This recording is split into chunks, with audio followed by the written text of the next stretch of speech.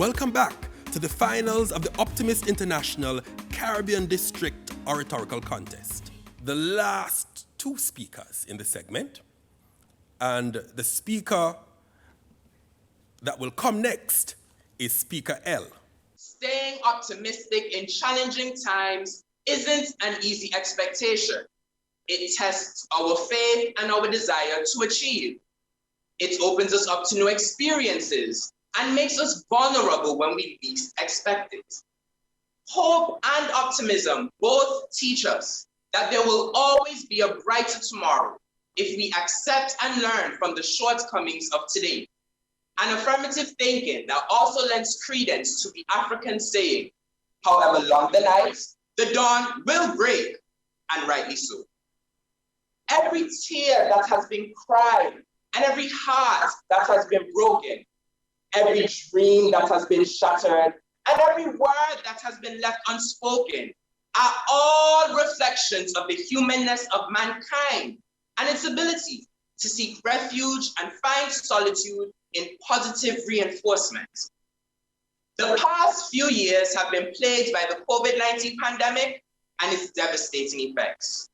It has crippled economies and brought superpowers to their knees.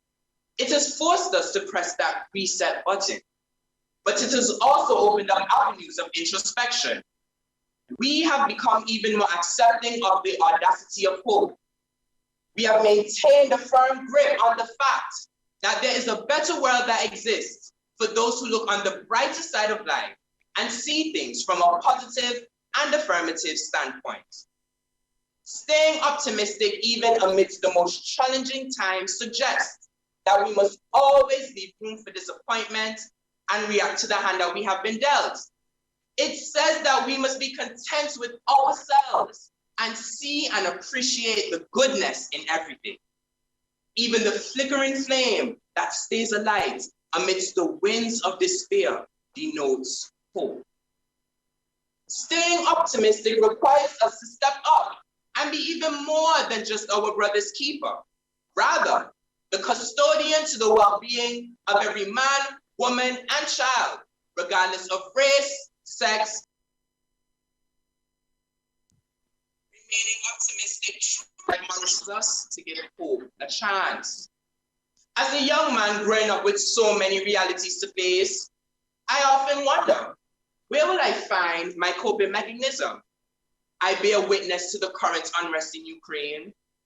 I feel the pain of the increased fuel prices and cost of living, the lack of in-person learning in my academic pursuits, and the increase in ignorant and defiant behavior to everyday circumstances. But let me be unequivocal in my sentiments. At 17, I subscribed to the teachings that God never gives me more than what He knows I am able to bear. I know that He has granted me the serenity to accept the things that I cannot change, the courage to change that which I can, and the ability, discernment, and wisdom to know the difference and make that change for the better. That is how I remain optimistic. I continue to live each day as it comes and enjoy the moments one experience at a time. That is my saving grace. That is how I am able to stay optimistic in the most challenging times. So you will never see me break down or venture to walk away when clouds of despair approach and attempt to settle over me. I face the challenge head on. I commission my armor of confidence. I summon the spirit of bravery. I surround myself with an army of patience, love, tolerance, and kindness. My vision sees that infamous glass slowly increasing its capacity. I was built to stay optimistic in the most challenging times because I have learned over time to always rise to the occasion. Will you join me this morning in doing just that? Thank you, Speaker L. And to round off our own expansive speech this afternoon is Speaker M. Today, I'm speaking on the topic of staying optimistic in challenging times. Ladies and gentlemen, a pleasant morning.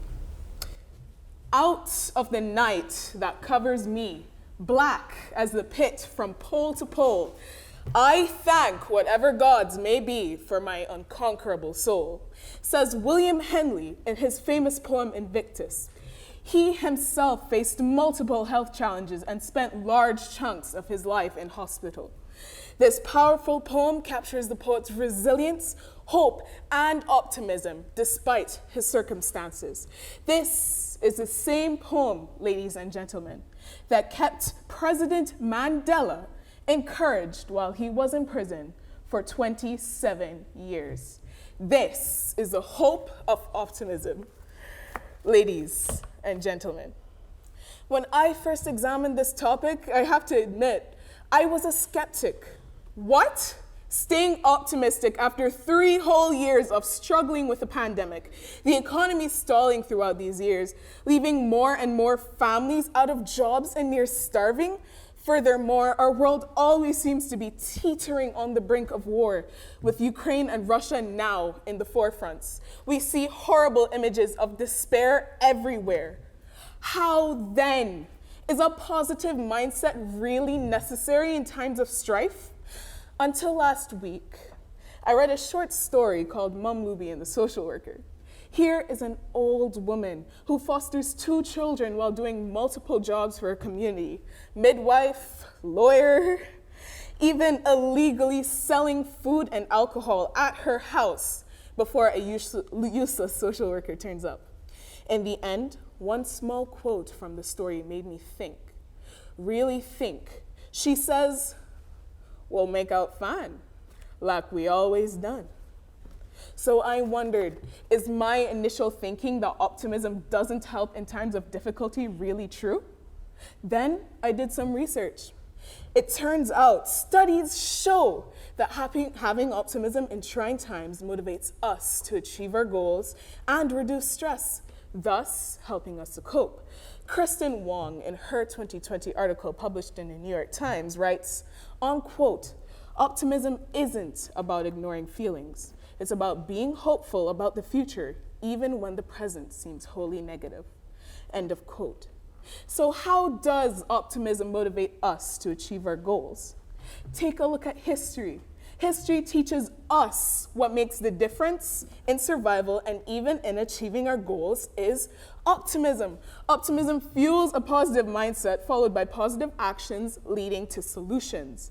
As hard as it is, we must push through and stay optimistic because it is through challenging times that staying optimistic will benefit us the most. Do you know what kept Washington's army motivated in the American Revolution when they were down to eating their horses' feed? Optimism. Fast forward to today, ladies and gentlemen, optimism is what gave President Zelensky, who has been likened to Spartacus, a standing ovation in European Parliament just a few months ago. Is also what made the Cayman Islands stay relatively pandemic-free during the first 2 years. Our political leaders and our church leaders, they kept us optimistic when we were frightened, stressed, and confused. They prayed, they mentored, they advised us through daily updates even when all schools were closed. And now we are surviving, achieving our goal of staying alive. Finally, we must note that stress is inevitable. Yet, the World Health Organization 2020, in their illustrated guide called Doing What Matters in Times of Stress, advises that when people unhook themselves from negative thoughts by remaining focused on what they're doing and being grounded in seeking solutions while giving full attention to family and friends, then they reduce stress and cope better. In conclusion, why should we stay optimistic in challenging times? It is because, like I said, this is the time that we need it the most. It's acknowledging both the good and the bad, yet choosing to remain positive. Will you envision a better future? Then choose optimism. Thank you very much, Speaker M. You've heard them all. We were wonderfully entertained. Thanks so much for the ways you've shared, for the authenticity of it all, for the boldness of it all. I was wonderfully entertained and motivated at some points. Really a true pleasure. We'll take a break at this time, but we'll return shortly.